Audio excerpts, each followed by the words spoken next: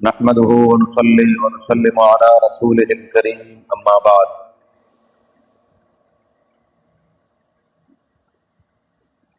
محرم الحرام کے مہینے کی نسبت سے واقعہ کربلا کے پس منظر، اسباب اور علل، حالات اور واقعات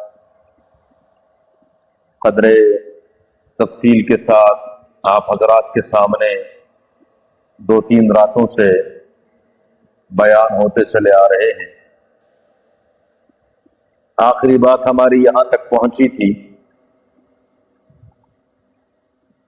کہ جب حر بن یزید 1000 کا لشکر لے کر سیدنا حسین رضی اللہ تعالیٰ عنہ کے ساتھ ہو گئے،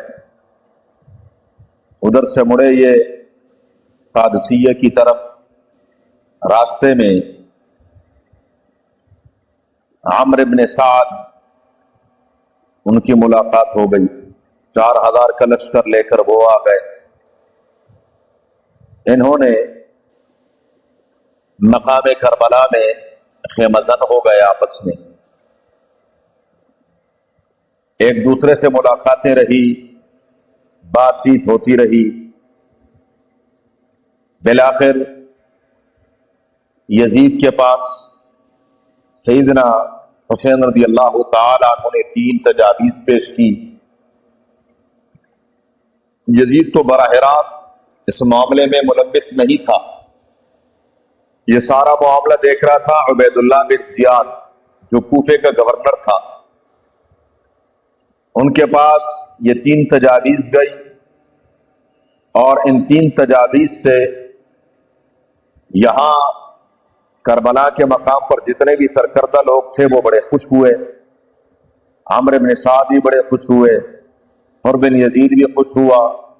اور میں نے کل ایک بات عرض کی تھی کہ ہر شخص یہ چاہتا تھا کہ کسی طریقے سے میری جان بچ جائے، کوئی نہیں چاہتا تھا، اپنے تھے یا مخالفین تھے، سب سیدنا حسین رضی اللہ تعالیٰ عنہ کے مقام سے واقف تھے کہ ان کا مقام کیا، اور وقتاً فوقتاً حضرت حسین رضی اللہ تعالیٰ عنہ خطبے دیتے تھے۔ یہ جو اس مقام کے ان دنوں کے خطبات ہیں وہ تاریخ کا حصہ ہیں، کیونکہ میں بات مختصر کر رہا ہوں تو اس لیے ان خطبات کی طرف اگر جائیں گے تو بات بہت لمبی ہو جائے گی۔ روز حضرت خطبہ دیتے ہیں اور ان کے ایمان کو ٹٹولتے ہیں کہ بھئی تم کر کیا رہے ہو۔ یہاں میں ایک اور بات کی طرف یہ آپ کو ایک اشارہ دے دوں کہ چاہے وہ حر کے ساتھ 1000 کا لشکر تھا یا عمرو بن سعد کے ساتھ 4000 کا لشکر تھا، یہ کہیں باہر سے نہیں آئے تھے، یہی کوفی تھے۔ اور میں نے کل عرض کیا تھا کہ سیدنا حسین رضی اللہ تعالیٰ عنہ تو یہاں تک فرما دیا حر کو کہ حر یہ تیرا خط نہیں ہے، تو آج ان کی طرف سے لشکر کا امیر بنا ہوا ہے، سپہ سالار بنا ہوا ہے، اور تو ان کی امانت کر رہا ہے، سرکردگی میں، تیری سرکردگی میں 1000 فوج ہے میرے مقابلے میں، یہ تیرا خط تھا جو تو نے مجھے بھیجا تھا کہ جی آپ آ جائیے گا، اور بس حالات ٹھیک ہے، ہم نے آپ کے ہاتھ پر بیعت کرنی ہے۔ ان تمام حالات کے بعد جب یہ 3 تجاویز اگر آپ کو یاد ہو، پہلی تجویز یہ تھی کہ جی آپ مجھے واپس جانے دیں، کیونکہ میں آیا نہیں ہوں، میں جزاکم اللہ، بس یہ لفظ یاد رکھنا، میں آیا نہیں ہوں، مجھے بلایا گیا ہے، اور بلایا کس نے تھا؟ تم ہی لوگوں نے بلایا تھا، مجھ پر کوئی وحی نہیں آئی تھی کہ میں مدینہ منورہ کو چھوڑ کر، مکہ مکرمہ کو چھوڑ کر تم ادھر آ جاؤ، نہیں، تم لوگوں نے میرے پاس وفد بھیجے، خطوط بھیجے، اگر تم اپنی بات سے پھر گئے ہو تو میں بھی یہیں سے واپس لوٹ جاتا، لہذا مجھے واپس جانے دو۔ ان باتوں کو غور سے سنیں، یہ جو میں بات کر رہا ہوں، اگر یہ دین اور اسلام اور کفر کی جنگ ہوتی تو کیا کفر کی جنگ سے حضرت حسین رضی اللہ تعالیٰ واپس مڑتے تھے؟ بات کو سننا ہے میرے بزرگوں اور بھائیوں، میرا لہجہ تلخ ہے، لیکن تلخی کسی وجہ سے آتی ہے، ویسے نہیں ہوتا۔ میری آپ سے گزارش ہے کہ بات کو سن کر سمجھا کریں کہ یہ بات کی اصل حقیقت کیا ہے۔ جو ہمیں بتایا جا رہا ہے، جو پروپیگنڈا کیا جا رہا ہے کہ اگر کربلا نہ ہوتا تو دین ختم ہو جاتا، تو میرا سوال ہے اگر یہاں پر وہ اس تجویز کو مان لیتے اور سیدنا حسین رضی اللہ تعالیٰ عنہ واپس مکہ چلے جاتے تو دین ختم ہو جاتا؟ ہاں؟ اور تجویز کون دے رہے ہیں؟ خود سیدنا حسین رضی اللہ تعالیٰ عنہ خود دے رہے ہیں کہ دین زندہ ہوتا ہے کربلا کے بعد، اور پتہ نہیں کیا کیا کچھ اور کیا کیا، پتہ نہیں۔ ایسا نہیں تھا، یہ کفر اور اسلام کی جنگ نہیں تھی، بلکہ میں نے ایک لفظ کہا تھا، پھر دوہرا دیتا ہوں، کوئی مائی کا لال یہ ثابت نہیں کر سکتا کہ حضرت حسین رضی اللہ تعالیٰ عنہ مکے سے لڑنے کے لیے نکلے تھے۔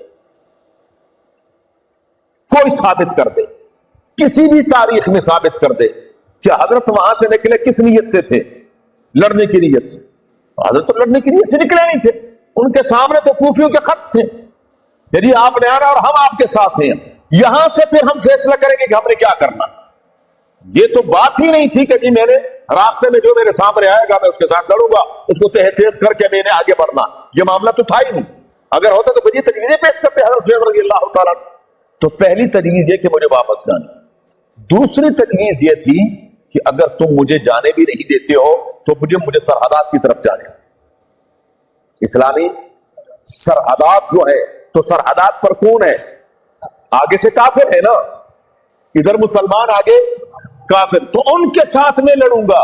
یہ نہیں فرمایا کہ آؤ دو دو ہاتھ ہو جاؤ میں تم کافر ہو۔ دوسری تجویز کیا ہے کہ مجھے سرحدات پر جانے دو۔ تیسری تجویز یہ ہے کہ بھئی ساری باتوں کو چھوڑ دو، مجھے سیدھا بات جانے دو دمشق، میں جانوں اور یزید جانے۔ بلکہ الفاظ یہ ہے، میں یزید کے ساتھ اپنا معاملہ ایسے طے کر لوں جیسے میرے بڑے بھائی نے ان کے والد کے ساتھ طے کیا تھا۔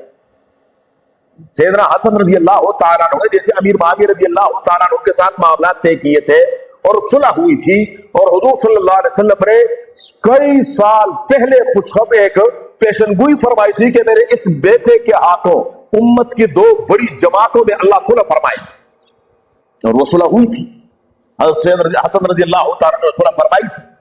تو فرمایا کہ میں یزید کے ساتھ اپنی بات طے کر لوں گا۔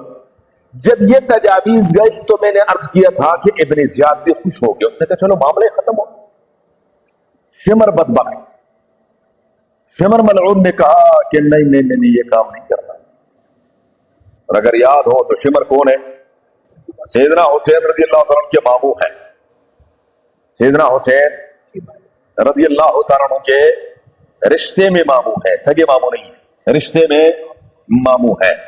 اور سیدنا علی المرتضی، سیدنا، ان کی بڑی عجیب تاریخ ہے، سیدنا علی المرتضی نے حضرت عقیل سے کہا اپنے بھائی سے کہ بنو کلاب میں سے کسی ایسے خاندان میں میری شادی کر دو کہ وہ بہادر ہو۔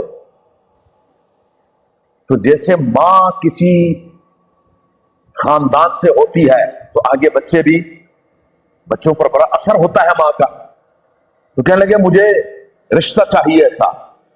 تو حضرت عقیل نے اپنے بھائی سیدنا علی المرتضی کے لیے رشتہ، یہ چوتھی بیوی ہے حضرت سیدنا علی المرتضی کی، ام البنین ان کا لقب ہے، اور ام البنین کے 4 بیٹے ہیں، اور کوئی ہمارے یہ جو ہمارے ساتھ رہتے ہیں جن،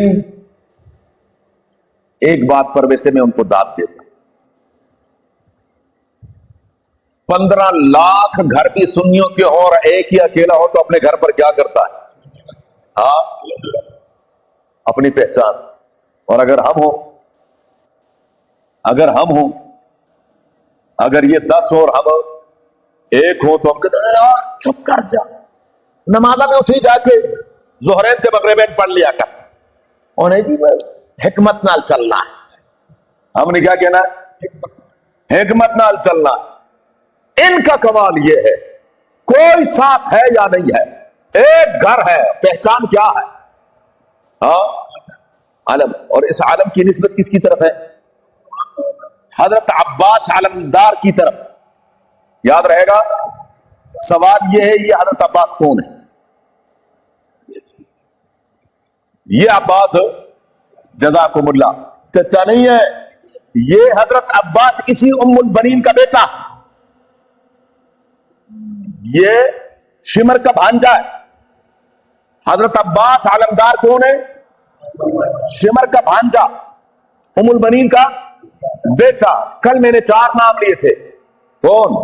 عبید، عباس، جعفر، عثمان۔ یہ 4 بھانجے تھے شمر کے، ان میں سے ایک ہے عباس علمدار، جس کا یہ سب نشانیاں اسی کی ہے، پر یہ تو پوچھے ہے کون؟ یہ حضرت عباس ہیں کون؟ یہ وہی ام البنین کے بیٹے ہیں، سیدنا علی المرتضیٰ کے بیٹے ہیں، سیدنا حسین رضی اللہ تعالیٰ عنہ کے ستیلے بھائی ہیں، اور شمر بدبخت کے بھانجے ہیں، سگے بھانجے۔ ان کے لیے وہ امان لے کر آیا تھا، اور اس نے جو کان بھرے عبید اللہ بن زیاد کے، اس ملعون کے بھی کان بھر گئے، وہ کانوں کا کچا تھا۔ اس نے کہا بات تو یہی ہے، اگر یہ معاملہ ادھر طے ہو گیا تو میری تو کوئی حیثیت نہیں رہی، اور اس نے اپنی حیثیت بنانی تھی۔ اب جب حیثیت بنانی تھی تو اس بدبخت نے شمر کو وہاں سے بھیجا، اور شرط یہ لگا دی، اس نے کہا یہ تینوں تجاویز ہم کیا کرتے ہیں؟ رد کرتے ہیں۔ ہماری طرف سے ایک تجویز ہے، ایک شرط پر ہم ان کو امن دے سکتے ہیں، پناہ دے سکتے ہیں، وہ یہ ہے کہ سب سے پہلے حضرت حسین رضی اللہ تعالی عنہ ابن زیاد کے ہاتھ پر بیعت کرے یزید کا۔ کچھ سمجھ آئی؟ شرط عبید اللہ بن زیاد نے یہ لگائی کہ ایک شرط پر یہ بچ سکتے ہیں، وہ شرط یہ ہے کہ سب سے پہلے یہیں پر یہ ابن زیاد کے ہاتھ پر بیعت کرے، کس کا؟ یزید کا۔ پھر اس کے بعد ہم اپنا دستہ دے کر ان کو یزید کے پاس بھیج دیں گے۔ سیدنا حسین رضی اللہ تعالیٰ عنہ نے فرمایا یہ ممکن نہیں، یہ ہے مقام غیرت۔ بیٹے کس کے ہیں؟ سیدنا اب اگر آپ سن نہیں ہے اور جاگ رہے ہیں تو میں نے 2-4 باتیں کرنی ہے۔ یہ جو 3-4 دن میں نے محنت کی ہے، اس محنت کے پھل کا وقت ہے۔ اب میرا ایک سوال ہے، اس سوال کا آپ نے جواب دینا ہے۔ مجھے ایک بات ہمیشہ سنائی دیتی ہے، ایک بات مجھے سنائی جاتی ہے، اور اس پر زور دیا جاتا ہے کہ جی خلافت حق تھا کس کا؟ حضور صلی اللہ علیہ وسلم کے بعد سیدنا علی المرتضیٰ رضی اللہ تعالی عنہ کا۔ چھینی کس نے؟ سیدنا ابوبکر صدیق نے۔ ان کے بعد عثمان غنی رضی اللہ تعالی عنہم اجمعین نے۔ ان تینوں نے۔ اچھا سیدنا علی المرتضیٰ کیا کر رہے تھے؟ کیا سیدنا علی المرتضیٰ نے حضرت ابوبکر صدیق کی بیعت کی؟ حضرت عمر رضی اللہ تعالیٰ کی بیعت کی؟ سیدنا عثمان غنی کی بیعت کی؟ 2.5 سال سیدنا ابوبکر صدیق کے، ہاں جی، سیدنا عمر رضی اللہ تعالیٰ عنہ کے، اور 12 سال کس کی؟ سیدنا عثمان غنی رضی اللہ تعالی عنہ کی۔ سب کو ملائیں تقریباً 28-30 سال بنتے ہیں۔ سمجھ آ رہی ہے؟ اچھا، کہتے ہیں جی یہ تقیہ تھا۔ مجھے کیا سمجھایا جاتا ہے؟ یہ کیا تھا؟ تقیہ تھا۔ تقیہ کا کیا مطلب ہے؟ تقیہ کا مطلب یہ ہے دل میں کچھ ہو منہ پہ کچھ ہو۔ تقیہ کا مطلب کیا ہے؟ دل میں، یعنی دل سے نہیں مانا، دل سے اوپر سے کیا کیا؟ اب میرے سوال کا وقت آ گیا، آپ کو سمجھ آ گئی میری بات؟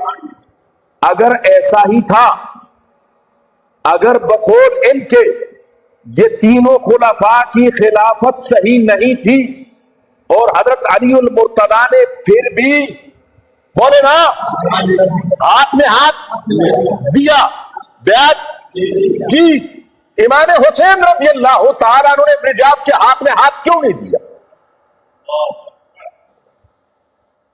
خدا کی قسم اہل سنت والجماعت پر سیدنا حسین رضی اللہ تعالیٰ عنہ کا اتنا احسان ہے، قیامت تک کے لیے مسئلہ واضح کر دیا، فرمایا ہمارے جو دل میں ہوتا ہے وہی زبان پر ہوتا، یہ نہیں ہے دل میں کچھ زبان پر کچھ، اگر ہوتا تو یہاں بیعت کر دیتے، فرماتے نہیں حالات گزارنے، وقت گزارنا ہے، جب وقت آ جائے گا پھر دیکھی جائے گی۔ کچھ سمجھ آ رہی ہے؟ ابن زیاد کے ہاتھ میں ہاتھ نہیں دیا، اپنے 72 آدمیوں کا پورا کنبہ کٹوا دیا۔ میں اس طرف نہیں جاتا کیسے کٹوایا، کن حالات سے گزرے، کیوں، اس کی ایک وجہ ہے، وجہ یہ ہے کہ اللہ نے ان کو جو مقام عطا فرمایا ہے یہ ہر مومن کا مطلوب اور مقصود ہے۔ ہم ان کو خراج تحسین پیش کرتے ہیں، ہم کہتے ہیں واہ حسین، ہم کیا کہتے ہیں، واہ حسین۔ جہاں جس چیز کو آپ نے حق نہیں سمجھا گردن کٹوا دی، پر اس کے ہاتھ میں ہاتھ نہیں دیا۔ یہی ہمارا ایمان ہے کہ سیدنا علی المرتضیٰ بھی اگر ان کو حق نہ سمجھتے کبھی ان کے ہاتھ میں ہاتھ نہ دیتے، ان کے ہاتھ میں ہاتھ دیا، ان کے پیچھے نمازیں پڑھی، ان کے مشیر رہے، پر جملہ کیا تھا، کیا جملہ فرما گئے، فرمایا حضرت ابو بکر کا دور تھا، شورشیں نہیں تھی، چند ایک شورشیں ہوئی کیونکہ ابتدا تھی رسول اللہ مبارک کے پردہ فرمانے کے بعد، حضرت عمر کا دور پرامن، علی سیدنا عثمان غنی رضی اللہ عنہ کا ابتدائی دور مکمل پرامن۔ آپ جیسے تشریف لائے حالات بگڑتے چلے گئے، فرمایا ان کے مشیر ہم تھے، ہمارے مشیر تم، ان کے مشیر ہم تھے۔ اگر یہ مشیر ہو ان کے اور ہو امن، دشمن کبھی اپنے دشمن کے لیے امن کا راستہ ڈھونڈتا ہے؟ بولو ہاں۔ تاریخ کا ایک چھوٹا سا واقعہ مجھے کوئی پیش کر دے، کوئی بھی پیش کر دے کہ فلاں موقع پر سیدنا علی المرتضیٰ نے تدبیریں کر کے دل کے لیے مشکل پیدا کی، ہاں کسی بھی تاریخ میں ہو کوئی ہے؟ بلکہ ہر جگہ کیا ہے، راستہ نکالا، سیدنا علی المرتضیٰ نے راستہ نکالا۔ کبھی کوئی موقع آیا، حضرت عمر رضی اللہ تعالیٰ عنہ جانے لگے، سامنے کھڑے ہوئے سیدنا علی المرتضیٰ، فرمایا امیر المومنین نہیں، کچھ ہو جائے تو پیچھے آپ ہیں، آپ کو کچھ ہو گیا تو پیچھے کون رہے گا، آپ نہیں جائیں گے، سختی سے منع کر دیا۔ دشمن ہوتے تو کیا کرتے، جاؤ سرکار تمہارے بغیر کام نہیں ہونا، ادھر کہتے ہیں یا اللہ واپس نہ آئے۔ یہ دشمنی ہے؟ ہاں یہ دشمنی نہیں ہے، یہ دشمنی نہیں ہے۔ بہرحال پھر آتے ہیں اپنی بات کی طرف کہ سیدنا حسین رضی اللہ تعالیٰ عنہ مقام غیرت میں تھے، فرمایا ابن زیاد کے ہاتھ میں ہاتھ دوں گا۔ عبید اللہ کی کوئی اچھی شہرت نہیں تھی، ابن زیاد کی اچھی شہرت نہیں تھی، تو عبید اللہ جو اس کا بیٹا ہے میں اس کے ہاتھ میں ہاتھ دوں، اور پھر وہ مجھے بھیجے گا اور یزید کے پاس جا کر میں بات کروں گا، اس سے موت افضل ہے۔ اور پھر موت کی تیاری، سارے حالات ہو گئے، واقعات پیش آ گئے۔ میں نے پہلے ایک سوال کیا، عمرو بن سعد اور بن یزید، ان کے ساتھ جو فوجیں آئی تھی وہ دمشق سے آئی تھی؟ ہاں شام سے آئی تھی؟ مکے اور مدینے سے آئی تھی؟ کہاں سے آئی تھی؟ کون تھے؟ کوفی۔ اور یہی لوگ کون تھے؟ خط لکھنے والے تھے، یہی لوگ ان کو بلانے والے۔ اب جب قافلہ لٹ گیا اور شہادتیں ہو گئی، امام حسین رضی اللہ عنہ کا سر مبارک کٹ گیا، سارے معاملات ہو گئے، اب جب کوفے سے گزرنے لگے، حضرت زینب رضی اللہ تعالی عنہ جو حضرت سیدنا علی المرتضیٰ کی بیٹی ہے، سیدنا حسین رضی اللہ تعالیٰ عنہ کی بہن ہے، ان کے ایک چھوٹے بیٹے ہیں، ان کا نام ہے امام زین العابدین، امام زین العابدین رحمہ اللہ تعالی رحمتاً واسعہ۔ کیا آدمی ہے وہ، کبھی ان کے حالات پڑے مسلمانوں، آپ کو پتہ چلے کہ وہ کتنے بڑے آدمی تھے۔ وہ اپنی پھپھو کی انگلی پکڑ کر جا رہے بچے ہیں تو دیکھا کہ کوفے والے چھتوں پر بیٹھ کر رو رہے ہیں، اہل کوفہ چھتوں سے رو رہے ہیں، تو اس بچے نے اپنی پھپھو سے پوچھا ماں ان ہؤلاء یبکون علینا، یہ لوگ ہم پر رو رہے کہ یہ کیا ہو گیا؟ فمن قتلنا غیرہ، اگر یہ رو رہے تو ہمیں قتل کس نے کیا؟ ہمیں کس نے مارا؟ اس قافلے کو کس سازش کے تحت مکے سے بڑھایا؟ اور یہاں جو کچھ ہوا کس نے کیا؟ ہمارے قاتل کون ہیں؟ اگر یہی ہم پر رونے والے ہیں تو پھر ہمارے، اور پھر یہاں سے جب دمشق یہ معاملہ چلتا ہے تو دمشق جیسے ہی یہ قافلہ پہنچتا ہے اور یزید کے گھر والوں کو خبر پہنچتی ہے، واویلا شروع ہو جاتا ہے، دوپٹہ سپٹہ بھول کر ان کی بیوی دربار میں آ جاتی ہے اور چیخنا چلانا شروع کر دیتے ہیں۔ بلکہ جلاء العیون جیسی کتاب اہل تشیع کی، اس میں ہے کہ یزید نے سخت الفاظ کہے ابن زیاد کے بارے میں۔ یہ ساری باتیں اپنی جگہ۔ اب آخری ایک چھوٹی سی بات عرض کر کے کل انشاءاللہ میرا دل چاہتا ہے کہ صرف امام حسین اور حسن کے بارے میں تھوڑی سی بات عرض کر دوں، کیونکہ یہ تو ہم نے سپرد کر دیا دوسروں کو نا، کہ نعوذ باللہ کہیں یہ ہمارے ہے نہیں، نعوذ باللہ یہ ہمارے ایمان کا حصہ ہے۔ جس شخص کو ان سے محبت نہیں ہے وہ ایمان سے فارغ ہے، وہ ایمان سے فارغ ہے۔ تو تھوڑی سی بات کروں گا اس پر انشاءاللہ۔ آج صرف اتنی بات کرتا ہوں۔ یزید کے بارے میں اہل سنت والجماعت کا کیا خیال ہے؟ یزید کے بارے میں ہم کفر کا فتویٰ نہیں لگاتے۔ یزید کے بارے میں کچھ لوگ جذبات میں آ کر ان کو بالکل بے گناہ ثابت کرتے ہیں اور وہ کہتے ہیں یزید نے تو کچھ کیا ہی نہیں تھا، جو کچھ کیا ہے۔ اور یزید کے ایسے الفاظ باقاعدہ تواریخ میں ملتے ہیں، اہل تشیع کے تواریخ میں بھی ملتے ہیں کہ یزید نے کہا کہ میں نے اس بدبخت کو یہ تو نہیں کہا تھا کہ ان کو شہید کرنا ہے، میں نے تو کہا تھا کہ ان کو گرفتار کر کے میرے پاس بلانے جانو اور یہ جانے۔ اس طرح کے الفاظ بھی ملتے ہیں۔ ساری باتیں اپنی جگہ ہے۔ میں ایک بات عرض کیا کرتا ہوں جو ایک ذوق کی بات ہے، میرا ذوق یہ کہتا ہے کہ اگر یہ ایک کام کر لیتا، یہ ابن زیاد کو قرار باقی سزا دے دیتا، بس یہ قیامت تک کے لیے پاک ہو جاتا۔ یزید صرف ایک کام کر دیتا، ابن زیاد کو سولی پر چڑھا دیتا کہ بدبختہ تو نے کیا کیا۔ سزا تو اس کی ایسی ہے کہ دنیا میں سمجھتا ہوں کہ اس نے اتنا بڑا جرم کیا کہ اس کی سزا آئی نہیں، اتنا بڑا جرم کیا اس بدبخت نے۔ لیکن جو جو اس جرم میں شریک تھے ان کو کیا کر دیتا؟ سزا دے دیتا۔ اس کی میں ایک مثال دیا کرتا، یہاں ہمارے اسلام پور یا جو بھاٹی کا اگر اسٹیشن سے لائٹ بند ہوتی ہے تو گاڑی کس کو دیتے ہیں؟ میاں صاحب کو دیتے ہیں، زرداری کو دیتے ہیں۔ ہاں تو یہ بجلی وہ بند کرتے، ہاں گالی کس کو پڑتی؟ ہاں آپ جا رہے ہیں گلی میں، ٹھوکر لگی اور گلی بنی ہوئی نہیں ہے تو گالی کس کو پڑتی ہے؟ ہاں اتنا بڑا جرم کرے بدبخت اور ہم کہیں گے یزید کے ہاتھ صاف ہے، کلّا وہاں سے۔ لیکن ایک بات یاد رکھیں، کفر کا فتویٰ دینا یہ بہت بڑی بات ہے، یہ اتنا آسان کام نہیں ہے۔ کسی کے بارے میں کفر کا فتویٰ دینا، کسی کو کافر کہنا، اصل میں ہمارے معاشرے میں سب سے سست اور آسان ترین کام کیا ہے؟ کسی کو کافر کہنا۔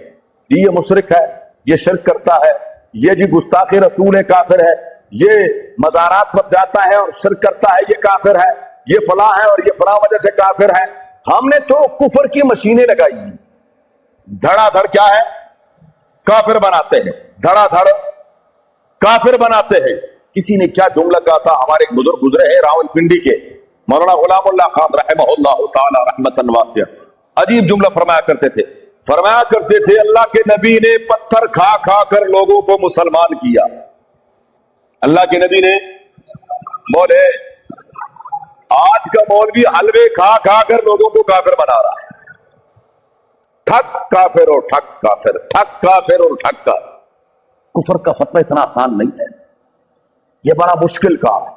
اس لیے یزید کے اوپر اہل سنت والجماعت کفر کا فتویٰ نہیں لگاتے، صرف اتنا کہتے ہیں وہ فاسق ہے، فاجر ہے، اس نے بہت بڑا گناہ کا ارتکاب کیا۔ کیوں؟ ایک ظالم کو بچایا، ایک ظالم کو بچایا، ایک ظالم کے ظلم میں وہ شریک رہا، شریک بئی تو کہ اگر وہ سزا دے تو بات ختم ہو جائے۔ لیکن تاریخ کہتی ہے کہ ابن زیاد کو نوازا گیا، ابن زیاد کو نوازا گیا۔ اگر اتنا ہی کر دیتا، اس کتے کو معزول کر دیتا، گورنر سے معزول کر دیتا، کوفہ اور بصرے سے نکال دیتا، چلو کچھ تو کہنے کے ہمارے پاس میں کچھ جواز تو ہوتا، پر کوئی جواز ملتا نہیں ہے۔ جو جواز نکالتے ہیں یہ ایک زبردستی والی بات ہے۔ ایسی بات تو یہ میں نے اس لیے عرض کیا کہ کچھ دوست سوال کرتے ہیں کہ جی یزید کے بارے میں، تو یزید کے بارے میں اہل سنت والجماعت کا عقیدہ یہی ہے کہ وہ اس کے بارے میں ہم کافر نہیں کہہ سکتے، اور لعنت صرف کس پر ہے؟ کافر پر ہے۔ لعنت صرف کس پر ہے؟ ایک بات یاد رکھیں، لعنت صرف کس پر ہے؟ کافر پر ہے۔ بہرحال ہم اس کے کسی بھی چیز کے، اور بڑے ایک عجیب جملہ کسی نے کہا ہے، جو چاہتا ہے قیامت کے دن اس کا حشر یزید کے ساتھ ہو تو وہ یزید کی طرفداری کرے، اور ہم تو اللہ سے دعا کرتے ہیں پروردگار عالم اپنے محبوب صلی اللہ علیہ وسلم کے اہل بیت کے قدموں میں اٹھانا، آمین کریں۔ اللہ تعالی ہمیں ان کے قدموں میں اٹھائے، ہم ان کے ساتھ ہیں، جو ان کے ساتھ ظلم ہوا ہے ہم ان کے ظلم کو ظلم کہتے ہیں، اور جو زیادتی ہوئی اس زیادتی کو زیادتی کہتے ہیں۔ کل انشاءاللہ اس پر تھوڑی سی بات کریں گے کہ ان حضرات کا مقام اللہ تبارک و تعالیٰ نے کتنا بلند کیا ہے، کس مقام سے نوازا ہے، اور ہمارے ہاں ان کا مقام کیا ہے، اس پر بات کریں گے۔ اللہم جی یہ بند کر